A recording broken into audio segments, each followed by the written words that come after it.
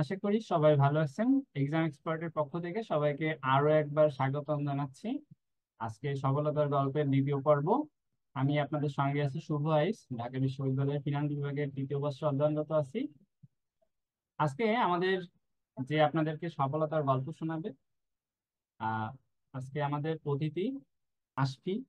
সে কুষ্টিয়া বিশ্ববিদ্যালয়ে ফিনান্সে অধ্যয়নরত আছে।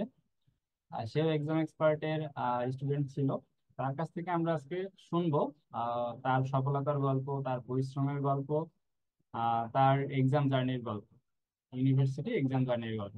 আমার মনে হয় আর দীর্ঘায়ু করা উচিত না কথা। আমরা সরাসরি আহ আশফির কাছে যাব। তার তাকে ওয়েলকাম জানাচ্ছি এক্সাম এক্সপার্টের পক্ষ থেকে। আপনি আছেন? হ্যালো।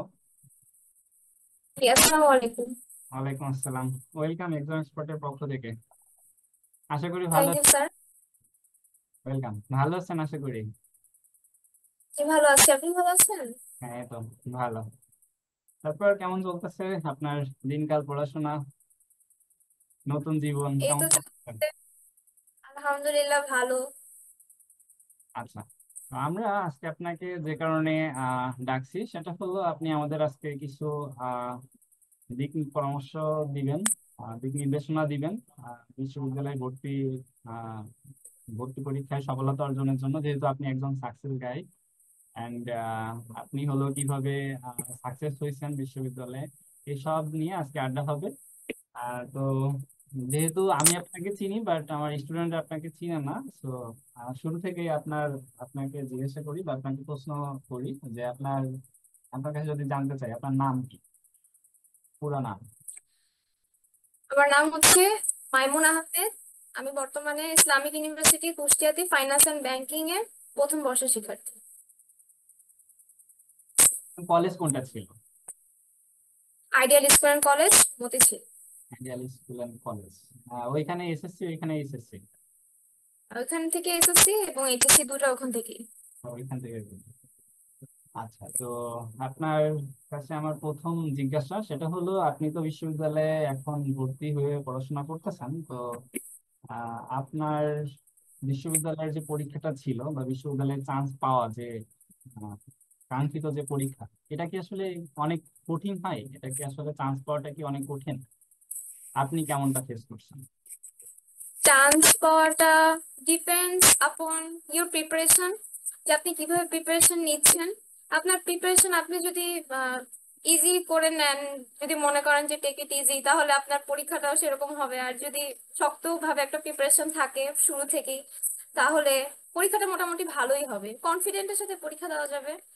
আর অতটুকু কনফিডেন্ট গেইন করা যায় আর কি, যদি ভালো একটা প্রিপারেশন থাকে। যাক, ভালো। তো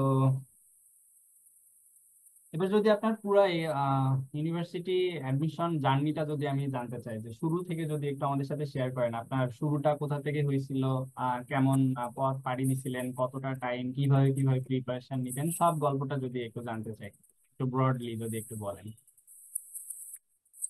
শুরুটা আমাদের হচ্ছে নভেম্বরে, মানে 2022-এর 6 নভেম্বর থেকে আমরা এইচএসসি এক্সাম দিই।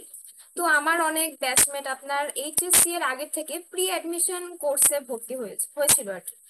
তো আচ্ছা। তারপরে কিন্তু আমার কাছে তখন মনে হয়েছে যে মানে এইচএসসি প্রিপারেশনটা নেওয়াই বেটার, কারণ আমাদের অ্যাডমিশনের যে মেইন কোর্সটা যে থাকে সেটা তো মেইনলি এইচএসসি থেকেই থাকে।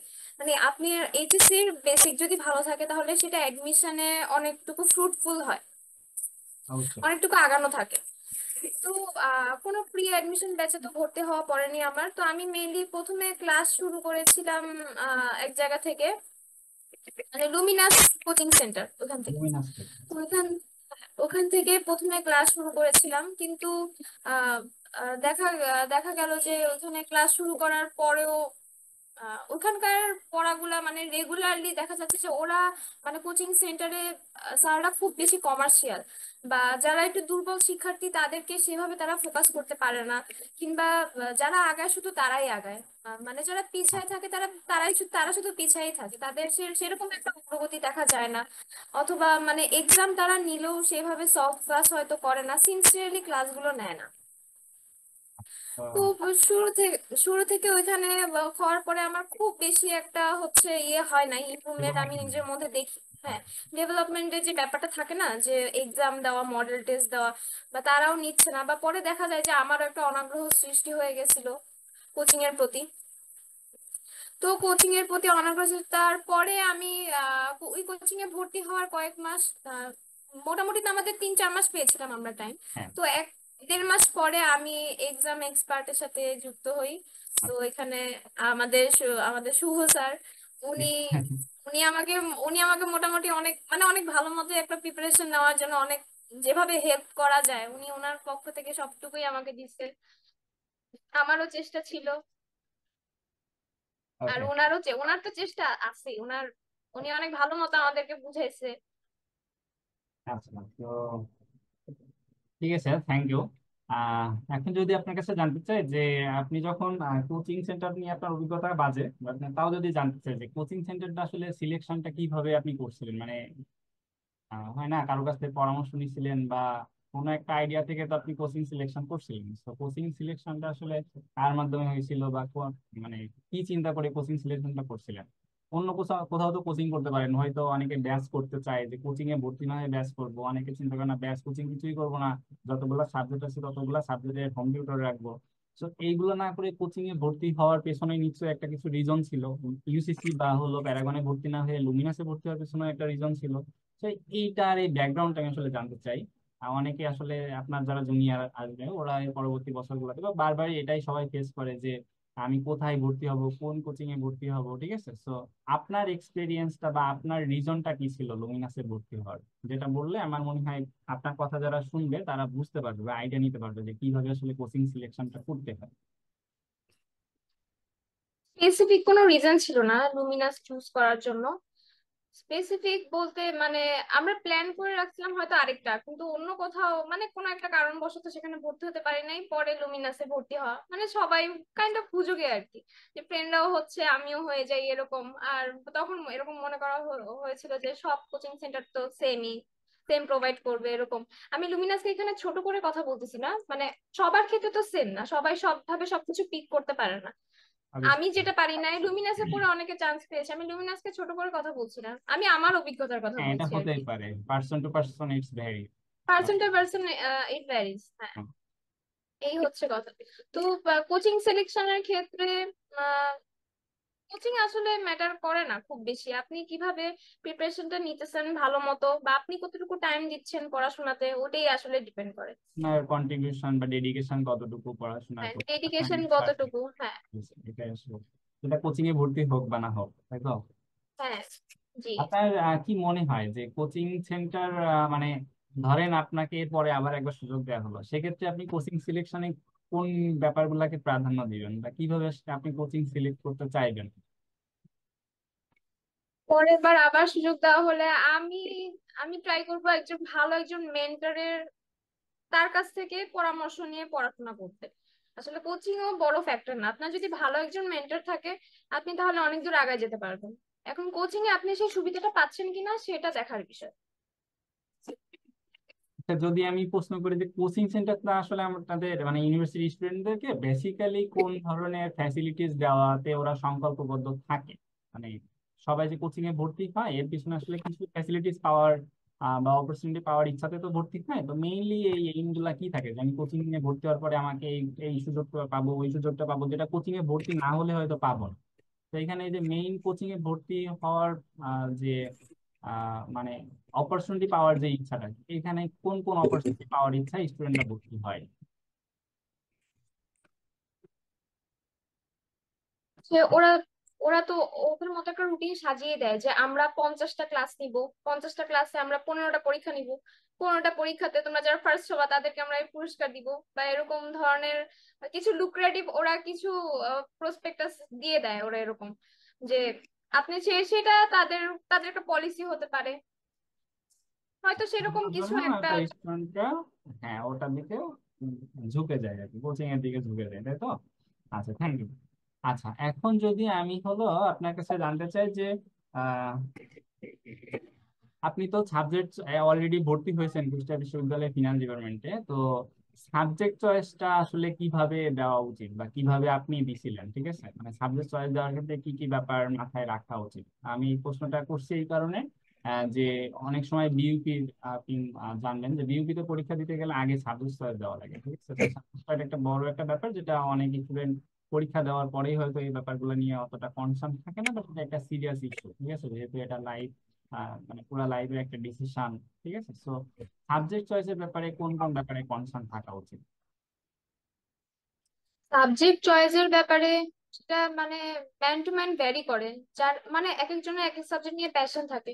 আমার ফিনান্স অথবা অ্যাকাউন্টিং এগুলো নিয়ে আমার প্যাশন ছিল, মানে আমি যখন 9-10-এ যখন কমার্স নিয়ে পড়ি, কিংবা এগুলা তো হচ্ছে আপনার অনেক বেশি মানে মানুষ এগুলোই পড়তে চায়, বা হচ্ছে এগুলো একটা ডিমান্ড আছে, তাই না? মানে চাকরির পরেও আপনার হচ্ছে এগুলো ডিমান্ড ক্রিয়েট করে। আপনি এই সাবজেক্ট গুলো থেকে আপনি কর্পোরেটও যেতে, যে ভালো কিছু করতে পারবেন, অথবা আপনি যদি অন্য কোনো চিন্তা রাখেন সবকিছু আপনি করতে পারবেন। Subjective opportunities is huge. হ্যাঁ। হ্যাঁ, সাবজেক্ট অপরচুনিটি ওই হিসেবে আমার ফিনান্স এন্ড ব্যাংকিংটাকে চুজ করা, সেই হিসেবে আমি চয়েস দিয়েছি। আর আচ্ছা। এটাই মানে সাবজেক্ট হচ্ছে, এটা থেকে পড়ে এটা থেকেও মানে কর্পোরেটে অপরচুনিটি থাকবে। আমি যদি গভর্নমেন্ট জবের দিকে মুভ করতে চাই, আমার সেখানেও তো অপরচুনিটি সবারই থাকবে, তাই না? হ্যাঁ, অবশ্যই। আচ্ছা, তো গভর্নমেন্ট জবে সবারই মোটামুটি অ্যাক্সেস থাকে। আর হলো অ্যাক্সেস থাকে, কিন্তু কর্পোরেটে তো তারপরে সাবজেক্ট সব সাবজেক্টে সাবজেক্ট কিছু অ্যাক্সেস ভ্যারি করে। ওইভাবে থাকে না, ঠিক আছে? হ্যাঁ, থাকে না, নির্দিষ্ট কিছু সাবজেক্টের সাবজেক্ট ডিমান্ড দেওয়া থাকে, থাকে। কিছু হ্যাঁ, সাবজেক্টের সেই ডিমান্ড। অনুযায়ী আমার সাবজেক্ট চুজ করা। আচ্ছা, তো যে যার যেটা প্যাশন থাকে তার সেই সাবজেক্টে পড়া উচিত, ঠিক আছে? আচ্ছা, এটাই তো মূল কথাই তো। আচ্ছা, এরপরে যদি জানতে চাই যে আহ বিশ্ববিদ্যালয়ে ভর্তি পরীক্ষা আর বোর্ড পরীক্ষা, এই দুইটা পরীক্ষার মধ্যে আসলে পার্থক্যটা কেমন? আপনি তো বোর্ড পরীক্ষা পার করে আসছেন, বিশ্ববিদ্যালয়ে পরীক্ষা দিচ্ছেন, এখন বিশ্ববিদ্যালয়ে আছেন, তো এই দুইটা পরীক্ষার মধ্যে, বোর্ড পরীক্ষা আর এই বিশ্ববিদ্যালয় পরীক্ষার মধ্যে গ্যাপটা কতটুকু দেখেন? বিশ্ব বিশ্ব মানে ইউনিভার্সিটিতে ভর্তি আর বোর্ড পরীক্ষা দুটার মধ্যে তো আপনার অনেক বড় তফাৎ। অনেক বড় গ্যাপ আছে। সেটা মানে দেখা যায় যে আমাদের এখন দেশের পার্সপেক্টিভে মানে ভুরি ভুরি A+, এসএসসি তে গোল্ডেন, এইচএসসি তে গোল্ডেন, সবকিছু একদম ফাটা। অনেকে হচ্ছে আপনার ট্যালেন্টফুল বৃত্তিও পায়, মানে স্কলারশিপও পায় আর কি। তো তারপরেও দেখা যায় যে তাদের মধ্যে থেকে অনেকের চান্স হয় না। হ্যাঁ। আবার অনেকের দেখা যায় যে হয়তো ক্লাস মিস গিয়েছে, কিন্তু তাও তারা হচ্ছে ইউনিভার্সিটিতে নিজেদের জন্য একটা সিট দখল করতে সক্ষম হয়েছে, এরকম দেখা যায়। তো আচ্ছা, ওইটা আসলে তো, হ্যাঁ, carry on। হ্যাঁ ওটা তো হচ্ছে মানে ওটার বেস অবশ্যই থাকা ইম্পর্টেন্ট, কিন্তু জার্নিটা সম্পূর্ণই আলাদা। ওখানে আপনার নির্দিষ্ট কিছু সিলেবাস থাকে, বা বা ওইটার মধ্যে আপনি পড়লে বা অনেক টাইপের অপরচুনিটি থাকে, যেরকম 7টা সৃজনশীল থেকে আপনি 5টা পিক করতে পারছেন এরকম। হ্যাঁ, যেটা তো ইউনিভার্সিটিতে তো সেরকম মানে অ্যাডমিশন এক্সামে সেরকম অপরচুনিটি আপনাকে দেওয়া হবে না। কোশ্চেন সেখানে স্কিপ করার কোনো সুযোগ হ্যাঁ, নেই। হ্যাঁ, হ্যাঁ, ওখানে স্কিপ করা যাবে না। ওখানে আপনি যতগুলো দিবেন ততগুলো মানে আপনার ওয়াইজলি চিন্তা করে সবকিছু অ্যান্সার করতে হবে, অ্যান্সার করে আসতে হবে। আচ্ছা, এটাই। আমি যদি এখানে আরেকটুখানি অ্যাড করি যে আপনারও মেবি A+ ছিল, এসএসসি এইচএসসি তে রেজাল্ট কি ছিল? আমার এসএসসি তে ছিল 4.89 আর এইচএসসি তে 5। 5 ছিল। আচ্ছা, তো এখানে আপনি আপনার ফ্রেন্ড সার্কেলের মধ্যে দেখছেন অনেকেই হলো AA+, গোল্ডেন A+ পাওয়া সত্ত্বেও ওরা হলো ইউনিভার্সিটিতে চান্স পায়নি। তো এখানে আমার প্রশ্ন হলো যে এই যে A+ পাওয়ার পরও, মানে তারা তো নিশ্চয়ই ভালো স্টুডেন্ট, ভালো স্টুডেন্ট না হলে তো আর এসএসসি এইচএসসি তে দুইটাতে A+ পায় নাই। A+ পাওয়ার পরও কেন এসে তারা ব্যর্থ হয়? এর পিছনে আসলে কারণটা কি হতে পারে? A+ পাওয়ার পরেও ব্যর্থ হয় কারণ এখন আমাদের শিক্ষা ব্যবস্থা মানে A+ পাওয়াটা ইজি হয়ে গেছে, কাইন্ড অফ ব্যাপারটা এরকমই। A+ পাওয়াটা এখন অনেক, আপনি দেখবেন যে তারা সারা বছর পড়াশোনা করে নাই, কিন্তু কোনো না কোনো ভাবে তারা A+ পেয়ে গেছে। কিন্তু অ্যাডমিশনের ক্ষেত্রে দেখা যায় যে আপনাকে অনেক বেশি যাচাই বাছাই করে আপনার বেস কোনটা সেই অনুযায়ী আপনাকে তারা সিলেক্ট করবে। তো সেখানে যারা ফাঁকি দিয়ে আসছে বা কোনোভাবে উতরাতে পারছে, তারা এখানে এসে আটকায় যায়। এটাই হচ্ছে মেইন কথা। হ্যাঁ, তার মানে বেসিকটা ছাড়াও A+ হওয়া বেসিকটা তো সম্ভব। স্ট্রং, হ্যাঁ। হ্যাঁ, হ্যাঁ, আসলেই বেসিক সম্ভব, ছাড়া ইউনিভার্সিটিতে চান্স পাওয়া সম্ভব। চান্স পাওয়া এটা সম্ভব। আসলে আমাদের দেশের শিক্ষা ব্যবস্থায় এক এক সময় মেধাটাকে আসলে এক এক ভাবে মেজার করা হয়, ঠিক আছে? আমি আমার ছোটবেলার গল্প খুব মনে পড়ে। ছোটবেলায় আমি খুব কাগজ কাটাকাটি, তারপর ছবি আঁকাআঁকি, হ্যাঁ, তারপর মাটি দিয়ে বিভিন্ন জিনিসপাতি বানানো, এইগুলা নিয়ে আমি খুবই মানে প্যাশনেট ছিলাম, ঠিক আছে? বাট আমি খুব এটার জন্য বকা শুনছি, মাইর খেয়েছি আব্বু আম্মুর কাছে, ঠিক আছে। আমি মেনশন করতে চাই, আমার এক ভাই আছে, ঠিক আছে, ও এবার হলো এইচএসসি পরীক্ষা দিল। তো ও আমার মতো, ঠিক আছে, যে এইগুলা নিয়েও খুব সিরিয়াস, ঠিক আছে, এক্সট্রা কারিকুলাম অ্যাক্টিভিটিস আমরা যেটাকে বলি, হুম। এটা নিয়ে ও খুব ভালো, বা আমিও খুব ভালো ছিলাম। বাট স্কুলে আমাদের রেজাল্ট বা কলেজে আমাদের রেজাল্ট খুব বেশি ভালো না, আমি বা আমার ওই ভাইয়ের কথা যদি বলি, খুব বেশি ভালো না। ঠিক আছে, ধরেন আমার দুইটার কোনোটাতে এ প্লাস নাই, ঠিক আছে, ওরও এসএসসি তে হলো এ প্লাস নাই, জানি না এসএসসি তে কি করবে।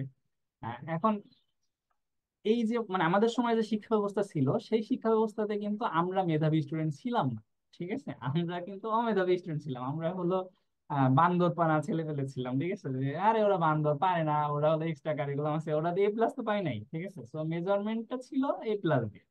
এ এখন প্লাস দিয়ে। শিক্ষা কারিকুলামটা দেখেন, লাস্টে যে 2-3 বছর ধরে যে শিক্ষা কারিকুলামটা শুরু হয়েছে, এইখানে যে যত কাগজ ভালো কাটতে পারবে, যে যত ভালো এক্সট্রা কারিকুলার অ্যাক্টিভিটি শো করতে পারবে, সে কিন্তু এখানে মেধাবী, ঠিক আছে। So, হ্যাঁ। এইখানে কিন্তু মেজারমেন্টটা আসলে পার্থক্য করে দেয় আসলে, ঠিক আছে। তো এইচএসসি তে যে মেজারমেন্ট সিস্টেমটা আর অ্যাডমিশনে যে মেজারমেন্ট সিস্টেমটা, এই দুইটা আসলে পার্থক্য করে দেয়, ঠিক আছে।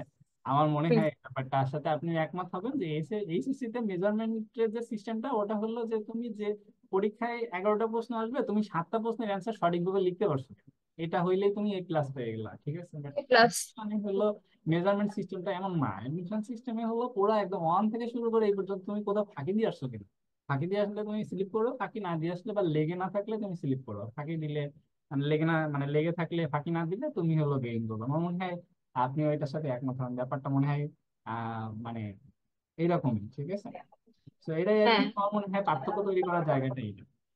আচ্ছা, এরপরে যদি জানতে চাই যে বিশ্ববিদ্যালয়ে ভর্তি পরীক্ষার পেছনে এই যে আমরা এইচএসসি টা পার করে আসি, এটা যে রেজাল্ট বা পড়াশোনা, ঠিক আছে, এইচএসসি যে কারিকুলামের যে পড়াশোনাটা আর এইচএসসি এসএসসি এর যে রেজাল্টটা, এইটা আসলে ইউনিভার্সিটি অ্যাডমিশন এক্সামে কতটা হেল্পফুল বা কতটা কন্ট্রিবিউট করে? সেটা যে একদম কন্ট্রিবিউট করে না এটা বলা ভুল, কারণ কিছু কিছু ক্ষেত্রে অনেক ইউনিভার্সিটি আপনার রিকোয়ার করে যে এইচএসসি তে এত পয়েন্ট হচ্ছে যোগ হবে, এইচএসসি এর পয়েন্ট যোগ হবে। যে সেই হিসাবে করা হয় তাহলে যদি কারো কারো যদি 5 না থাকে সেই হিসাবে তারা পিছায় যাবে, কারণ এখানে ইউনিভার্সিটির পরীক্ষাটা এত বেশি কম্পিটিটিভ যেখানে 0.5 এর জন্য একজন হচ্ছে 100 জনের পিছে চলে যাবে কিংবা তারও বেশি। হ্যাঁ। তো ওই ক্ষেত্রে ওই হিসাবে রেজাল্টটা ইম্পর্টেন্ট থাকাটা সেখানে একটু আপনাকে হেল্প করবে যে ওটার যে গ্রেডসটা অ্যাড হয়। নিজের মানে আমি প্রচেষ্টা তো ধরি না যে এই থাকবেই ক্লাস কিন্তু। দুইটাতে থাকাই হ্যাঁ। লাগবে এমন না, যেহেতু হ্যাঁ। আমরা কমার্স না এমন না, চেষ্টা দিয়েও রেজাল্ট, করা যাবে কিন্তু সেটা ইজি হবে, আরো ওটা রেজাল্টটা ভালো থাকলে একটু ইজি হয়। ইজি হবে। তো এক্ষেত্রে যদি বলি যে আহ এইচএসসি তে থাকতে আলাদা করে অ্যাডমিশনের প্রিপারেশন শুরু করার কোনো প্রয়োজনীয়তা আছে কিনা, যে অনেকে বই অ্যাডমিশনের বই কিনে ইন্টারমিডিয়েট ফার্স্ট ইয়ার থেকে পড়া শুরু করে, এইটার কোনো প্রয়োজনীয়তা দেখেন কিনা বা আপনি ফিল করছেন কিনা? এটা বলতে হচ্ছে যেরকম আমি ইন্টার ফার্স্ট ইয়ার থেকে আপনার ইংলিশটা অল্প অল্প করে প্রতিদিন অল্প অল্প করে পড়তাম এরকম। যেমন ভোকাবুলারি বললাম না, 3 মাসের মধ্যে বললেই তো আমি 1000 ভোকাবুলারি মুখস্থ করে ফেলতে পারবো সম্ভব। না, প্রতিদিনের একটা রেগুলার প্র্যাকটিস থাকে মানুষের। হ্যাঁ। যেরকম আমি ইন্টার ফার্স্ট ইয়ার থেকে মানে ইংলিশটা আর কোনো সাবজেক্ট না, ইংলিশটা বেসিক্যালি ওইটা আমি একটু ভোকাবুলারি তারপর টুকটাক করে একটু গ্রামার এগুলো একটু প্র্যাকটিস করতাম যতটুকু পারি, কোনো প্রেশার নিয়ে না, মনে করেন যে একটু করে আগায় রাখলাম আর কি। শুধু এটাই পড়ছি মানে, আর অন্য কিছু হচ্ছে সেরকম করে দেখি নাই, সেগুলোর প্রিপারেশন এইচএসসির পরেই নেওয়া। আচ্ছা, তো আপনার কি মনে হয়েছে যে না আমি যে প্রিপারেশন গুলা অ্যাডমিশনে নিচ্ছি, ধরেন আপনি যে যে বইগুলা পড়ছেন, ঠিক আছে, বা যে শীট গুলা পড়ছেন, আপনার কি মনে হয়েছে যে এই বইগুলা বা শীট গুলো যদি আমি ইন্টারের ফার্স্ট ইয়ার থেকে পড়া শুরু করতাম তাহলে আর একটু ভালো হইতো, নাকি অ্যাডমিশন মানে এইচএসসি পরে শুরু করছেন এটাই ঠিকঠাক আছে? এইচএসসির পরে আমার মনে হয় যে মানে সবকিছুরই একটা টাইম থাকে, আর তখন তো একটা এইচএসসির একটা প্রেশার থাকে তাই না? তো ওইটা ওই রেগুলার টাইমের মধ্যে স্কুলে কভার কলেজে দেওয়া যাওয়া। যাবে। হ্যাঁ। হ্যাঁ, তখন হচ্ছে যদি ভালো মতো পড়াশোনা করা হয় তাহলে ওই টাইমের মধ্যেও কভার দেওয়া যাবে। আর হচ্ছে আপনার বেসিকটা ভালো থাকা লাগবে যাতে সেগুলা শেষ না করতে প্রবলেম না হয় এরকম। হ্যাঁ, তো মেইনলি আমি আসলে এটাই বলতে চাচ্ছি যে অ্যাডমিশনের যে পড়াটা, এটা যে অনেক হিউজ পড়া ব্যাপারটা এমন না। এখানে আসলে 3 মাস সময়, আমরা যদিও বলি যে 3 মাস সময়, 3 মাস সময় আসলে অনেক, 3 মাস সময়ও অনেক কিছু শেষ করা সম্ভব, বাট যদি বেসিকটা হুম, এইচএসসি থেকে পড়ে শেষ করে আসা যায়, বেসিক শেষ ব্যাপারটা করে আসা যায়। সে সমস্যা হুম। নাই করতে হয়, তাহলে খাবার দেওয়া খুব বেশি কষ্টের কিছু না।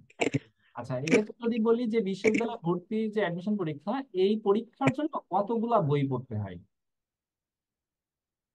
আসলে কতগুলা বই? কোয়ান্টিটি থেকে, হ্যাঁ, হ্যাঁ quantity। কোয়ান্টিটি থেকে আসলে কোয়ালিটিটা থাকা ইম্পর্টেন্ট। হ্যাঁ, এখন গাদা গাদা বই নিয়ে যদি কেউ বসে মনে করে যে শেষ করব, সেগুলা থেকে তার উচিত মানে অথেন্টিক কোনো বই কিংবা লেকচার শিট যেটাই হোক না কেন সেটা পড়ে হচ্ছে সেটাই মেমোরাইজ করা বারবার।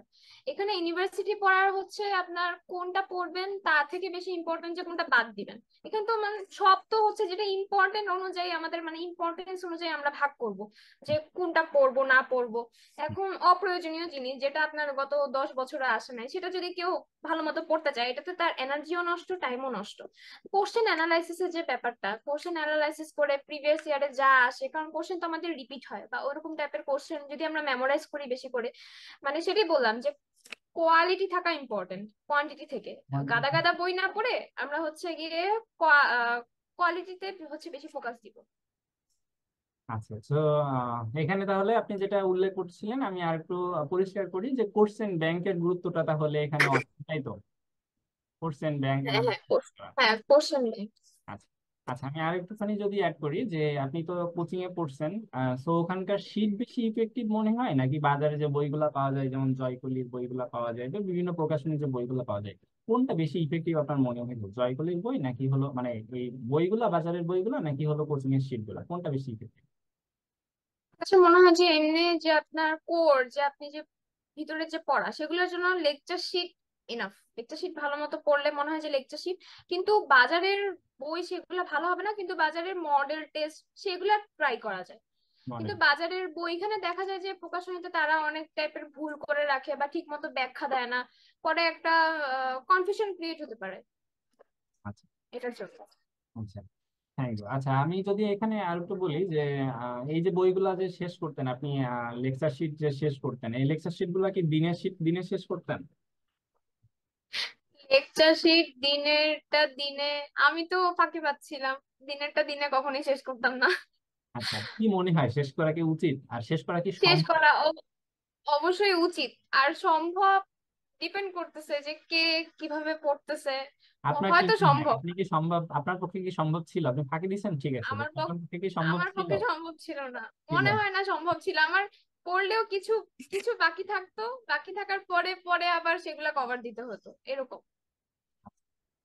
আচ্ছা, তো কত ঘন্টা, আমি যদি জিজ্ঞেস করি যে কত ঘন্টা করে আপনি বই পড়তেন, বা কত ঘন্টা করে আসলে বই পড়তেন, যেটা সবাই আসলে কমন প্রশ্ন জানতে চায় যে ইউনিভার্সিটি ভর্তি পরীক্ষায় ডেইলি এভারেজ কত ঘন্টা করে বই পড়তেন, তো এটার উত্তর কি হবে? কত ঘন্টার থেকে ইম্পর্টেন্ট যে আমার পড়াটা শেষ হয়েছে কিনা, মানে কাইন্ড অফ পড়া শেষ না হলে আমার উঠা উচিত না, এখন যত ঘন্টাই লাগুক না কেন। পড়াটা শেষ আমি কমপ্লিট করে তারপরে উঠবো। ভেরি গুড, খুব সুন্দর একটা উত্তর দিচ্ছেন।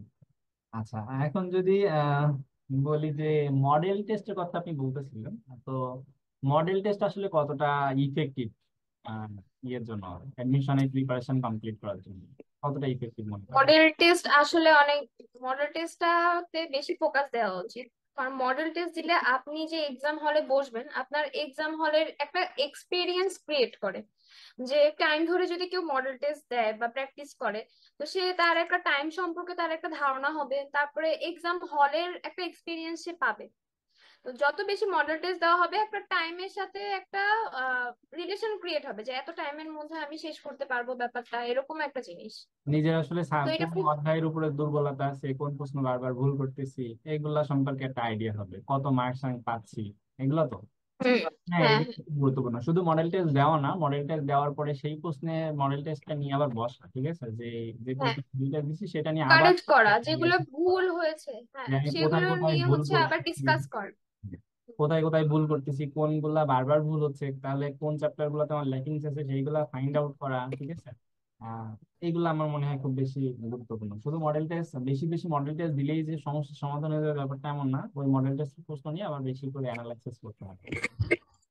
আচ্ছা, তো যদি বলি যে অনলাইন, আপনি কি কোনো অনলাইন মডেল টেস্ট দিচ্ছেন? এক্সাম এক্সপার্টে তো দিচ্ছেনই অনলাইন মডেল টেস্ট, আর অফলাইনে তো বিভিন্ন বই বা কোচিং এ তো দিচ্ছেন। তো আপনার কাছে কোনটা বেশি ইফেক্টিভ মনে হয়েছে, অনলাইন মডেল টেস্ট নাকি হলো অফলাইন মডেল টেস্ট, কোনটা বেশি ইফেক্টিভ? অফলাইন অনলাইন দুটাই মোটামুটি ইফেক্টিভ। দুইটাই effective। অফলাইনেরটাও ইফেক্টিভ, হ্যাঁ অনলাইনেরটাও ইফেক্টিভ। অনলাইনের সুবিধা হচ্ছে আপনি যখন তখন যে অবস্থায় ঘরে ঘরে আছি আমরা, তখনই মানে আমার সুবিধা মতো আমি দিয়ে দিতে পারলাম। আর অফলাইনের ব্যাপার হচ্ছে আপনার সেই জায়গায় যাওয়া, যে হলে বসা, দুইটার দুই এক্সপিরিয়েন্স, দুইটাই দুইটাই ভালো। মডেল টেস্ট ভালো এবং অনলাইন অফলাইন দুইটাই ভালো। আচ্ছা, তো রুটিন মাফিক পড়াটা কতটা গুরুত্ব সহকারে আপনি দেখেন? যে অনেকে হয় না যে এক সপ্তাহ পড়া জমায় রেখে তারপরে এক সপ্তাহ উড়াধুরা পড়া দেয়, তারপর আবার এক সপ্তাহ ঘুমায় থাকে। তো এইভাবে পড়াটা উচিত, নাকি রেগুলারলি একটা লাইফ শৃঙ্খলা এনে পড়াশোনা করা উচিত, যে এতটায় বসবো, এই কটার সময় উঠবো, এই কয়টায় খাবো, এই কয়টায় ঘুমাবো? কোনটা বেশি effective? আহ, এটাই রুটিনটাই থাকা উচিত, যদিও আমরা অনেকেই সেটা মেনটেন করতে পারি না, কিন্তু আসলে রুটিনটাই থাকা উচিত। আসলে আমরা সব কাজ একটা যদি কনসিস্টেন্সি থাকে আমাদের, যে আর অ্যাডমিশন টাইমটা খুব ইম্পর্টেন্ট। ওই টাইমটাতে মেনলি হেলায় ফেলায় না করে আমার পড়ার যতটুকু পড়া দরকার ততটুকু পড়ে, দেখা যাবে যে পড়তে পড়তেই সময় চলে যাচ্ছে এরকম। রুটিনটা থাকা অবশ্যই ইম্পর্টেন্ট। ভালো মতো খাওয়া দাওয়া করা ওই সময়, হ্যাঁ অন্য কোনো স্ট্রেস না নেওয়া, পড়ার দিকে ফোকাস থাকার জন্য রুটিনটা আসলে অনেক ইম্পর্টেন্ট। রুটিনটাকে যদি আপনাকে সাজাতে বলি, যে আমাদের 5টা সাবজেক্ট পড়তে হয় সি ইউনিটের জন্য, তো এই রুটিনটাকে আপনি কিভাবে সাজাবেন, বা দিনের 24 ঘন্টাকে আসলে কিভাবে সাজাতে চাইবেন? কোন সময়ে কোন সাবজেক্টটাকে ডিস্ট্রিবিউট করবেন? এটা ম্যান টু ম্যান ভ্যারি করে, যার যেটার প্রতি অবশ্যই। মানে, হ্যাঁ যে যেটা কম পারবে আপনি তার কি সেটাতেই একটু কোনটাকে ফোকাস ইফেক্ট রেখে। হয়েছে, মানে আপনি কোন রুটিন ফলো করে সাকসেস হয়েছে সেটা জানতে চাচ্ছি। আমার হচ্ছে আমি মেইনলি ইংলিশটাতে, তারপর হচ্ছে অ্যাকাউন্টিং এ, এই দুটাতে একটু বেশি জোর দিয়েছিলাম। তারপরে তারপর হচ্ছে বাংলা আদার সাবজেক্ট পড়া হয়েছে, বাট এই দুটাতে একটু বেশি বেশি বেশি করে আমি পড়ছি আর কি। তো তারপরে কারণ আমার কাছে মনে হয়েছে যে এখানে তো সব ইংলিশ বেসড, তো কোশ্চেন গুলা তো হচ্ছে, আর ইংলিশে এখানে ঢাবিতে পাস যে কোনো জায়গাতে ইংলিশে আপনার 5 মার্ক তোলাটাই হচ্ছে টাফ সবার জন্য। তো ইংলিশটা আমি একটু বেশি বেশি মেমোরাইজ করতাম। আর আহ, বাকিগুলো বাকিগুলো যত না পড়া হয়েছে, ইংলিশ আর অ্যাকাউন্টিংটার উপরে বেশি ফোকাস করেছে।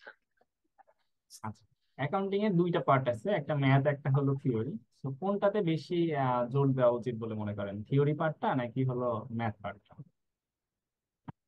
অ্যাকাউন্টিং এর পার্ট হচ্ছে আসলে থিওরিটা মেইন কথা, যেটা আমরা অনেকে এইচএসসি তে দেখা যায় যে আমরা তো ম্যাথই করে আসছি, কিন্তু থিওরিটাই আমাদের ধরা হয় নাই। তো পুরোটাই স্কিপ দেখা করে যায় যে আসছে। অনেক, হ্যাঁ পুরো স্কিপ করে আসছি থিওরি ব্যাপারটা। তো অনেকেই দেখা যায় যে আমার যে প্রবলেমটা হয়েছিল যে থিওরি আমি কিছুই বুঝতে পারতেছিলাম না, বা কিছুই কারণ আমার আগে পড়াই হয় না সেরকম করে থিওরিটা। তো আসলে ইউনিভার্সিটি তো দেখবে না যে আমাদের এইচএসসি কারিকুলাম কি ছিল, আমরা কি ম্যাথ করে আসছি নাকি থিওরি করে আসছি, তারা তো সব পুরা হোল সব জায়গা থেকে তারা কোশ্চেন করতে পারে, তাই না? তো দুইটাই ইম্পর্টেন্ট। আর আমরা অনেকে যেহেতু স্কিপ করে আসছি একটু আগে যেটা বললাম, তো থিওরি পার্টটা আমি একটু বেশি জোর দিয়ে পড়ছিলাম, কারণ থিওরি আমার অনেক বেশি ল্যাকিংস ছিল।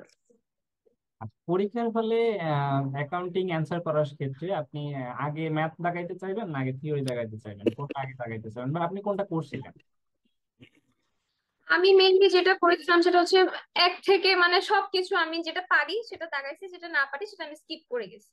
এভাবে এভাবে করেছিলাম। তো পরে যদি যখন সময় পাইছি তখন আবার ব্যাকে এসে দেখার ট্রাই করছি যে এগুলাকে আমি আসলে পারবো করতে পারবো, বা কতটুকু পসিবিলিটি আছে, বা কিরকম অ্যান্সার হতে পারে, সেই অনুযায়ী হয়তো এটা দাগাইছি, নয়তো ওইটা ছেড়ে আসছি এরকম। আচ্ছা, তো অনেকে হলো যেটা করে সেটা হলো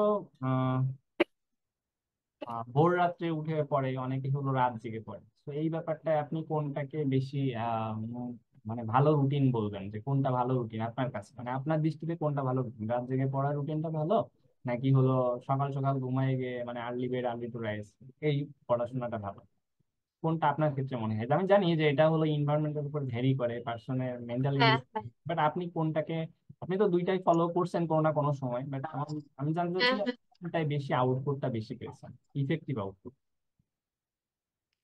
ইফেক্টিভ আউটপুট নর্মালি কখনোই আমার সেরকম করে রাত জাগা হয় নাই, মানে এক্সামের সময় আর কি।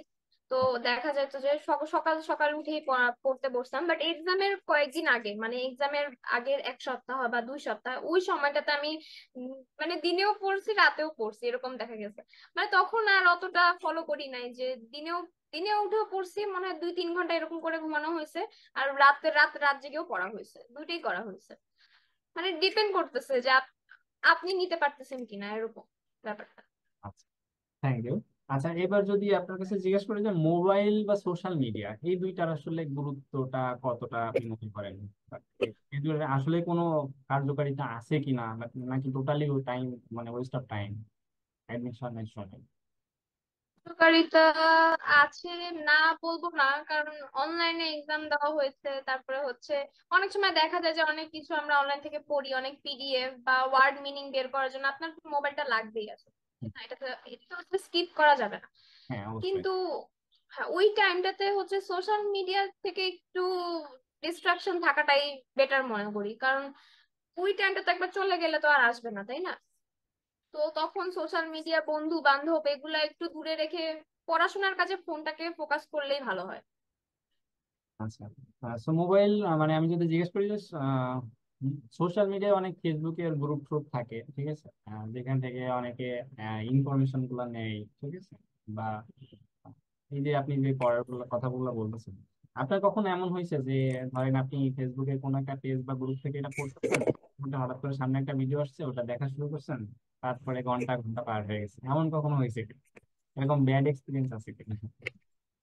এরকম না, এরকম হয় নাই, কারণ ওই টাইমটাতে আমার মানে আমি আইডি অফ অফ অফই ছিল আর কি। তো সেরকম আর কি ইয়ে করা হয় নাই সেভাবে। অনেকের চিন্তা এরকম যে আমি যদি 2 মাস ফেসবুকে না থাকি তাহলে হয়তো আমি আহ, হারাই যেতে পারি, ঠিক আছে, তো এরকম কোনো সম্ভাবনা আছে কি না?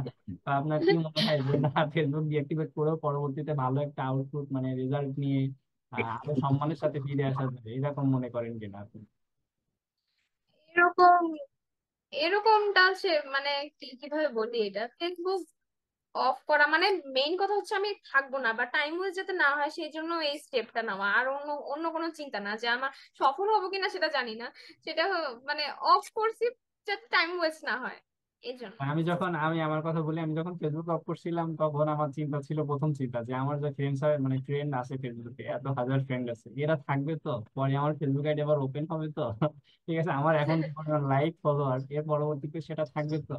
তো অনেকে এই ভয়তে ফেসবুক প্রতিদিন একটা স্ক্রল করা, প্রতিদিন আপডেট দেওয়া, ঠিক আছে, তো এটা এটা সম্পূর্ণ ভুল ধারণা, যেটা আমি বলতেছিলাম।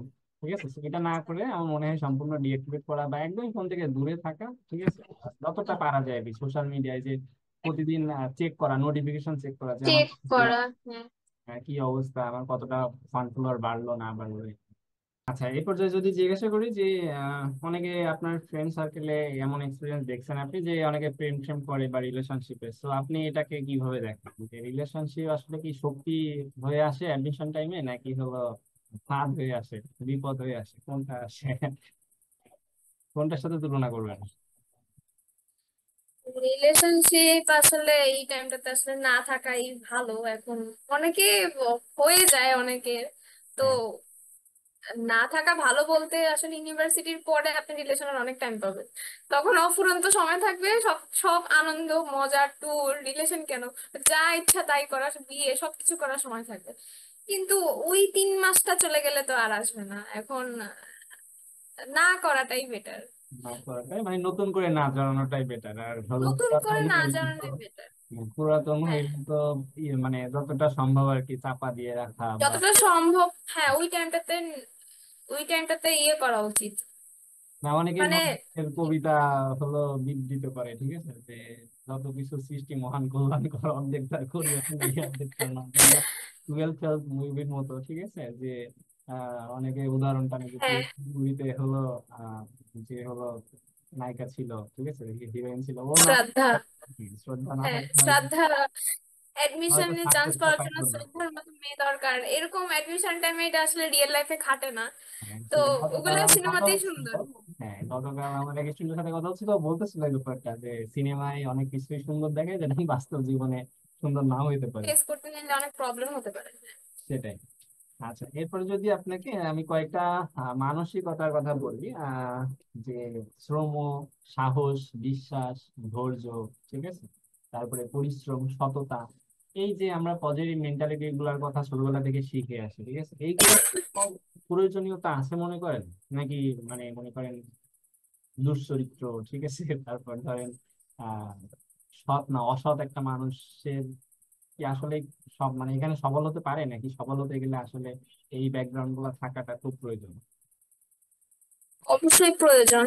আর অবশ্যই হচ্ছে মানে সাহস, বিশ্বাস, নিজেকে মানে কনফিডেন্ট থাকতে হবে যে যতটুকু আমার পড়া হয়েছে ততটুকু সুন্দর মতো যে খাতার মধ্যে লেখা বা উপস্থাপন করা নিজেকে সেভাবে, যে একটা মানুষ কতটা হচ্ছে ভালো মতো পড়লো বা জানলো তার থেকেও বেশি ইম্পর্টেন্ট যে সে এক্সাম হলে নিজেকে কিভাবে তুলে ধরতেছে। অনেকে আছে যে সুন্দর মতো বা সুন্দর একটা প্রিপারেশন নেওয়ার পরে হয়তো নার্ভাসনেস বা সাহসের অভাবের কারণে হয়তো পরীক্ষাটাই সুন্দর মতো দিতে পারলো না। তো ওইগুলা থাকা তো অবশ্যই ইম্পর্টেন্ট। আর অবশ্যই ভালো হতে হবে, নাহলে যদি দুষ্ট চিন্তা ভাবনা মাথার মধ্যে থাকে ওই অপরচুনিটিও আসলে পাওয়া যায় না। অ্যাডমিশন হলের মধ্যে দেখা যায় যে অনেক সুন্দর করে গার্ড দেয় তারা। তো কেউ যদি মনে করে বা চিটিং করবে ওটা তো তার, সে যদি ধরা খায় তাহলে তার পরীক্ষাই বাতিল হয়ে যাবে, হ্যাঁ এরকম। তারপরে আরো অনেক ধরনের ফ্যাক্টর আছে। তো এগুলার পরিশ্রম, বা আমি যদি বলি যে অনেকে হয় যে এই সময়টাতে, আমার মনে হয় এই সময়টা খুব সেন্সিটিভ, ঠিক আছে, যে ফ্যামিলির অনেক একটা কথা টথা শুনতে এক্সপেকটেশন থাকে। হ্যাঁ, থাকে, তাদের তারপরে যে এক্সপেকটেশন কথা থাকে। শুনতে হয়। তো এই ব্যাপারগুলা আপনাকে যদি বলা হয় যে স্টুডেন্টের পক্ষ হয়ে বলবেন, আর স্টুডেন্টের গার্জিয়ানদেরকে আপনার কোনো কিছু বলার আছে কিনা, গার্জিয়ানদের কিছু করার আছে কিনা এই ক্ষেত্রে স্টুডেন্টকে সাপোর্টিভ হওয়ার জন্য, মানে স্টুডেন্টের ফ্যামিলির কি কি করণীয় আছে? ফ্যামিলির আসলে মেইন কথা যে একটা মেন্টাল সাপোর্ট এই সময়টাতে সবারই দরকার। যদি খারাপ হয়েও থাকে মনে প্রথম দিকে অনেকে প্রোগ্রেস করতে পারে না, দেখা যায় যে আস্তে আস্তে ডে বাই ডে হচ্ছে অনেক উন্নতি হয়। তো অনেকেই প্রথম গার্জেন এরকম থাকে যে পরীক্ষা ভালো হয় না তুমি তো সামনেও ভালো করতে পারবে না, এইসব কথাবার্তা আসলে আমাদের মনোবল ভেঙে দেওয়ার জন্য যথেষ্ট। এইসব কিংবা খুব বেশি যদি ভুল ধরে এরকম, তো সেটাতে আমরা কষ্ট পেয়ে দেখা যাবে যে আমরা ফোকাস করতে পারি না। হ্যাঁ, বলবে না ব্যাপারটা এরকম না, তারা অবশ্যই বলবে, তারা তো আমাদের ভালো চায় তাই না? বলবে কিন্তু একটা লিমিটের মধ্যে বলবে। যেটা হয় না তুমি ট্রাই করো পরের বার থেকে ভালো করার বা বুঝায় যে বলার ব্যাপারটা। আসলে বাবা মা সাপোর্ট থাকাটা সব ক্ষেত্রেই ইম্পর্টেন্ট। তারা যেরকম আমাদের ফাইনান্সিয়ালি কিংবা যেরকম ভাবে সাপোর্ট দেয় তাদের মেন্টাল সাপোর্টটাও আমাদের সামনে আগানোর জন্য খুব বেশি ইম্পর্টেন্ট। তারা যদি এই টাইমটাতে আমাদের পাশে থাকে থাকে মানে যদি একটু সাহস দেয় যে তুমি পারবা সামনে, বা যেটা করছো সমস্যা নাই, সামনে যে পরীক্ষাগুলো আছে সেগুলোতে ভালো করো আরো, সেই সাহসটা দিলে আই থিঙ্ক অনেক দূর আগানো যাবে। মানে এই ক্ষেত্রে আপনি ফ্যামিলির কি কি করণীয় ওটা বললেন, আর আমরা জানি যে পৃথিবীর সব বাবা মাই মোটামুটি একই রকম, ঠিক আছে। তো এই ক্ষেত্রে আপনি আহ, মানে যে পরীক্ষার্থী তাকে কি বলবেন যে দেখো ভাই, বাবা মা এমন হয়, তো তোমার এই করণীয়, এইভাবে কি বলার আছে তাদের? এখন তোমারও কষ্ট লাগবে, মানে পরীক্ষার্থী ভাই বা বোনকে বলতেছি তাদেরও কষ্ট লাগবে, কিন্তু ওইটাকে আপাতত ওটাকে মানে যেন ফোকাস, ওটাকে যেন বেশি না করে, ফোকাস না দেয়।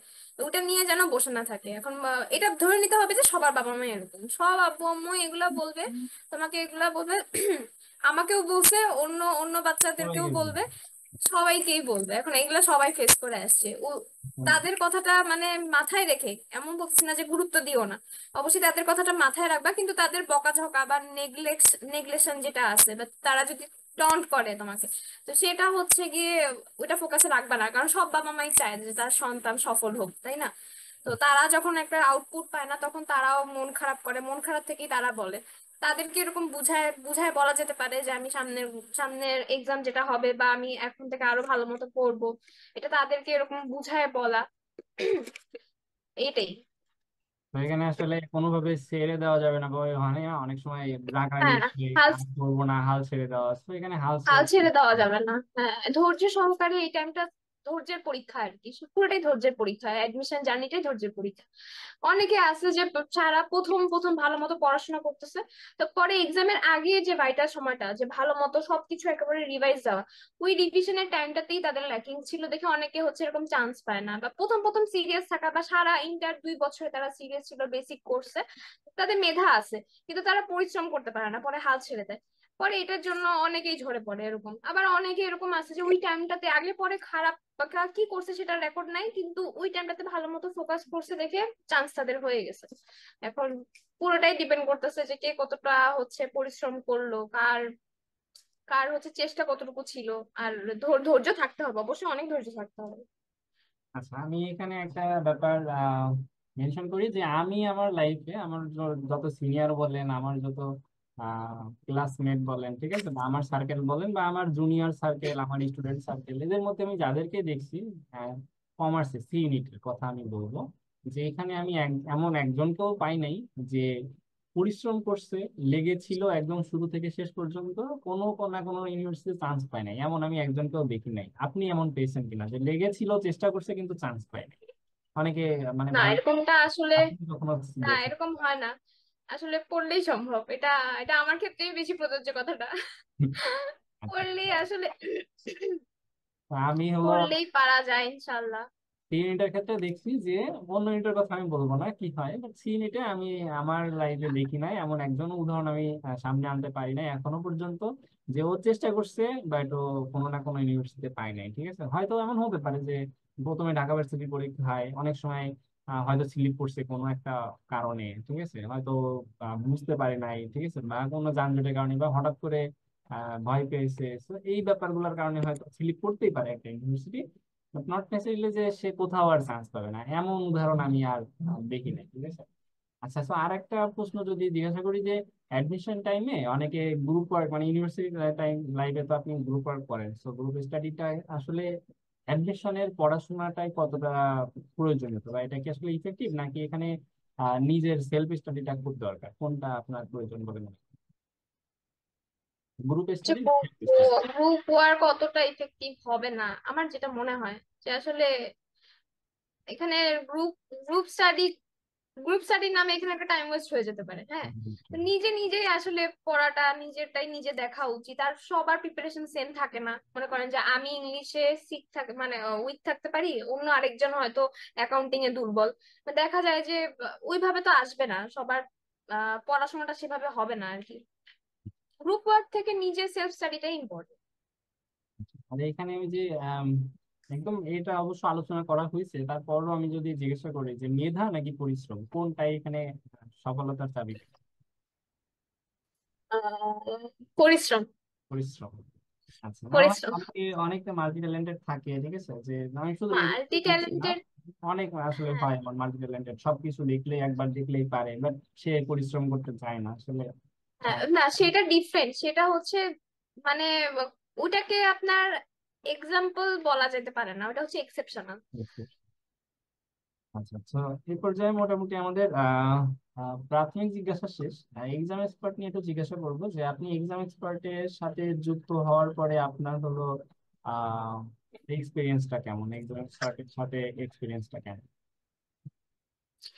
এক্সাম এক্সপার্টের সাথে এক্সপেরিয়েন্সটা ভালোই। আমার যে জায়গাগুলোতে গ্যাপ ছিল সেগুলা অনেক অনেক বেশি, আমি বলবো যে মানে মোটামুটি অনেকটাই অনেকটাই হচ্ছে গিয়ে ওগুলা ফিল হয়ে গেছিল। তো আহ, আমাদের শুভ স্যার উনি মানে উনি হচ্ছে ভালোই, অনেক বেশি আমাকে হচ্ছে সাপোর্ট দিছে ওই টাইমটাতে, অনেক বেশি হেল্প করছে। মানে আজকে যে জায়গাটাতে আছি, আব্বু আম্মুর পরে আমি শুভ স্যারের কথা বলবো। প্রথমে তো মহান সৃষ্টিকর্তা, তারপরে আব্বু আম্মু, পরে স্যারের অবদান। অবশ্যই স্যার, স্যার স্যার এই টাইমটাতে অনেক বেশি হেল্প করছে উনি, মানে বুঝানো কিংবা আমাকে মোটিভেট করা সবকিছু মিলাই। এক্সাম এক্সপার্টের 10-এর মধ্যে কত দিবেন? 10-এর মধ্যে যদি এক্সাম এক্সপার্টকে মার্কিং করতে বলা হয় তাহলে কত মার্কস দিবেন? 10-এর মধ্যে এক্সাম এক্সপার্টকে 9 দিলাম। আর এক হচ্ছে গিয়ে অনেক কিছু যে কেবল তো হচ্ছে স্যার নিউ এই জার্নিটা শুরু করলো, স্যারের অনেক একদম নতুন ডেভেলপমেন্ট ভাই। দরকার এটার ভিতরে। হ্যাঁ। হ্যাঁ, এই এই প্রশ্নটাই আমি করতে চাচ্ছিলাম যে আপনি কি মনে হয় যে এখানে আর মানে এক্সাম এক্সপার্টের কোন ব্যাপারগুলো আপনার ভালো লাগছে আর কোন ব্যাপারগুলো অপছন্দের ছিল? আপনি এখানে আমি বলি দুই ধরনের কোর্স ছিল, একটা হলো সাবজেক্টিভ কোর্স, যেটাতে হলো অধ্যায় টু অধ্যায় পরীক্ষা দেওয়া যায়, ধরেন বাংলার বই যদি কেউ কেনে তাহলে হলো এই বাংলার প্রত্যেক অধ্যায় পরীক্ষা দেওয়া যায়। মেইনলি তো এক্সাম এক্সপার্ট তো এক্সামের জন্য, মডেল টেস্টের জন্য। এখানে এই ধরনের একটা এক্সাম। আরেকটা যে কোর্স আছে এখানে হলো শুধুমাত্র মডেল টেস্ট দেওয়া যায়, যেমন বিউপি পরীক্ষার আগে BUP model test, Dhaka varsity পরীক্ষার আগে ঢাকা ভার্সিটি মডেল টেস্ট, ঠিক আছে, জিএসটির আগে জিএসটি মডেল টেস্ট। তো এইখানে হলো কোনটার মানে এই পুরা কোর্স দুইটাতে কোনটা বেশি হলো আপনার কাছে মনে হয়েছে যে ভালো, আর কোনটা মনে হয়েছে না এটাতে একটু সমস্যা আছে বা ইমপ্রুভ করার প্রয়োজনীয়তা আছে? মানে আলাদা আলাদা করে যে পরীক্ষাগুলো আমাদেরকে হচ্ছে নিতেন, যেরকম ইংলিশে, তারপর বাংলাতে, এরকম করে আমার কাছে ওইটা ওইটা বেশি ইফেক্টিভ মনে হয়েছে। কারণ আমাদের তো ঘোরাফেরা সবকিছুরই প্রিপারেশন নেওয়া লাগবে। মনে করেন যে একটা সাবজেক্ট আমি অনেক বেশি ভালো, আরেকটাতে খারাপ, এটা এটা হলে তো আসলে দেখা যাবে যে অনেক পিছায় গেছি এরকম। আবার ওরা পজিশনটা ওদের ভ্যারি করে যে মানে সিলেক্টিভ কিছু সাবজেক্ট থাকে, ওটা যদি ভালো পায় অনেকে, তারপরে পজিশন অনেক বেশি আগায় যায়। তো আলাদা আলাদা করে সবগুলারই মোটামুটি একটা ভালো প্রিপারেশন থাকা উচিত। তো সেই জন্য আমি আমি যে আলাদা করে পরীক্ষাটা দিতাম ওটা আমার কাছে এফেক্টিভ লাগছে। আর ওগুলা তো আছেই, মানে মেইন মেইন এক্সামের আগে যেগুলো মডেল টেস্ট সেগুলো তো আছে, কিন্তু আলাদা আলাদা করে ওটা বেশি ইফেক্টিভ। ঠিক আছে, থ্যাংক ইউ। এখন হলো যদি বলি যে আপনি জুনিয়রদেরকে এক্সাম এক্সপার্ট সাজেশন করবেন কেন, সাজেস্ট করবেন? জুনিয়রদের এক্সাম এক্সপার্ট সাজেস্ট করা যায়, তো বেশ তাদেরকে ভালোভাবে কখন করা যায়। কোন কোন কোর্সটা, মানে দুইটা তো কোর্স, কোন কোর্সটা কোন সময়ে কেনা উচিত বা কখন ভর্তি হওয়া উচিত, কোন কোর্সে অ্যাডমিশনের কোন সময়টাতে কোন কোর্সে ভর্তি হওয়া উচিত? আলাদা আলাদা করে যে সাবজেক্টিভ পরীক্ষাগুলো যেটা হয় সেগুলাতে শুরু থেকে অ্যাড হয়ে থাকাটা ভালো আর কি। তাহলে দেখা যায় যে প্রতিদিন আমি যা পড়তেছি সেটার উপরে আমি এক্সামটা দিয়ে দিতে পারলাম। আর অ্যাডমিশন তো একদম শুরু থেকে সব স্টার্ট হয় না, মানে একটা সার্টেন টাইম, মানে তিন তিন মাস পরে একটা করে শুরু হয়, তারপর বাকি সবগুলা পর পর এরকম করে হতে থাকে।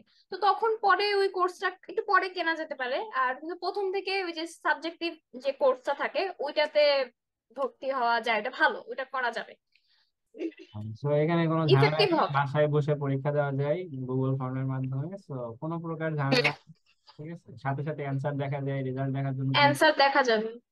3 দিন বসে থাকতে হয় না, অ্যান্সার মিলানো যায়, ঠিক আছে।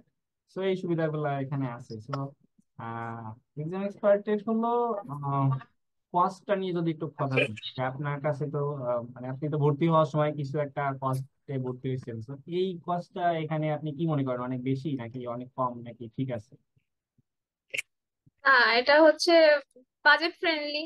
দেখা যাবে যে যেটা বললাম যে কোয়ালিটি থেকে কোয়ান্টিটি থেকে কোয়ালিটিতে থাকা ইম্পর্টেন্ট। তো এখানে দেখা যায় যে অনেকে অনেক জায়গায় অনেক টাকা দিয়ে মডেল টেস্ট দিচ্ছে, বা হয়তো ইফেক্টিভ হচ্ছে না, বা তারা অ্যান্সার মিলানোর কোনো সুযোগ নাই। এক্সাম এক্সপার্ট সেই অপরচুনিটি গুলো আপনাদেরকে দিবে। বাজারের যে বইগুলো তো মডেল টেস্ট গুলো হ্যাঁ, পাওয়া যায় বাজারে যে সেগুলো বইগুলো, হ্যাঁ, সেইগুলো তো একটু ভালো আমাদের হবে। দেখা যায় যে মিলানোর মতো কেউ নাই, বা ভুল ধরে দেওয়ার মতো কেউ নাই। আবার অনেক সময় দেখা যায় যে কোচিং এর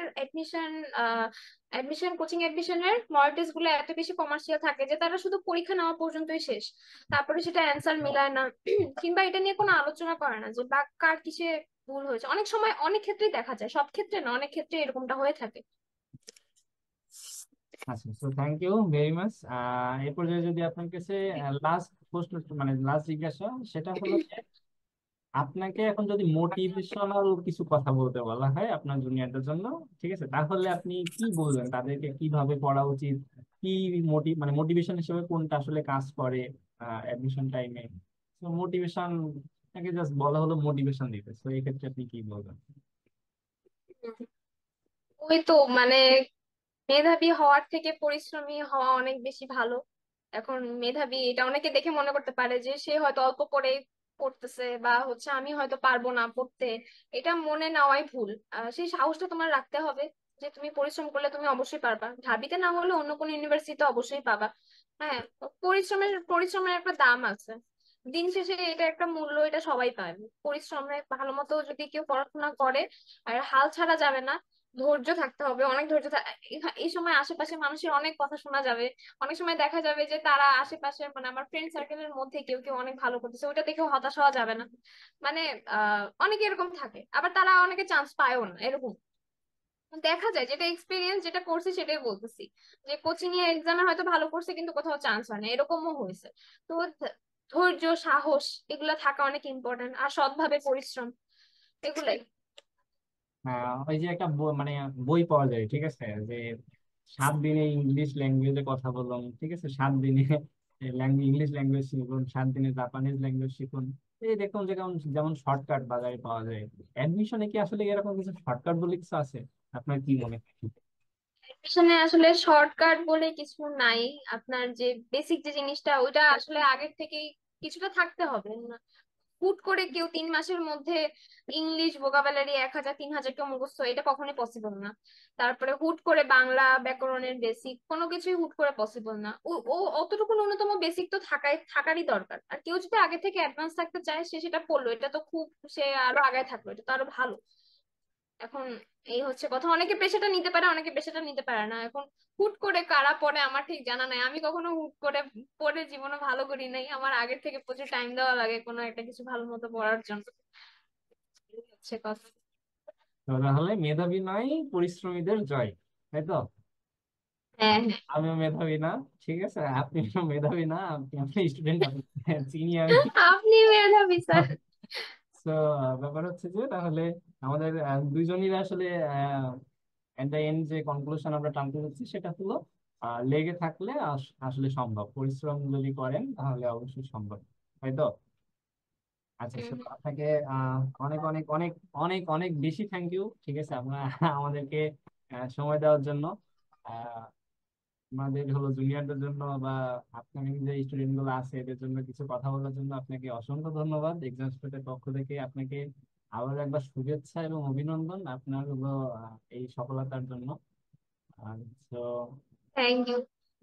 তো জীবনে ভালো করবেন, লাইফটা আপনার স্মুথ হোক, সুন্দর হোক, অনেক ভালো কিছু করেন জীবনে, ঠিক আছে, দোয়া মানুষ করেন স্যার। করেন, ঠিক আছে। আচ্ছা, সো থ্যাংক ইউ আমাদেরকে সময় দেওয়ার জন্য। সো ভালো থাকবেন, সুস্থ থাকবেন, ঠিক আছে। আমার জন্য দোয়া রাখবেন, এক্সাম এক্সপার্টের জন্য দোয়া রাখবেন, এক্সাম এক্সপার্টের সকল শিক্ষার্থীর জন্য দোয়া রাখবেন, যেন তারা আপনার মতো হ্যাঁ, সবাই যেন সফল, ভালো মতো পড়াশোনা করে সফলতার কোথাও না চূড়ান্ত কোথাও শিখরে নিজেদের উঠবে। অবস্থান তৈরি করতে পারে। হ্যাঁ। অবশ্যই অবশ্যই, ঠিক আছে, থ্যাংক ইউ, ভালো থাকবেন তাহলে।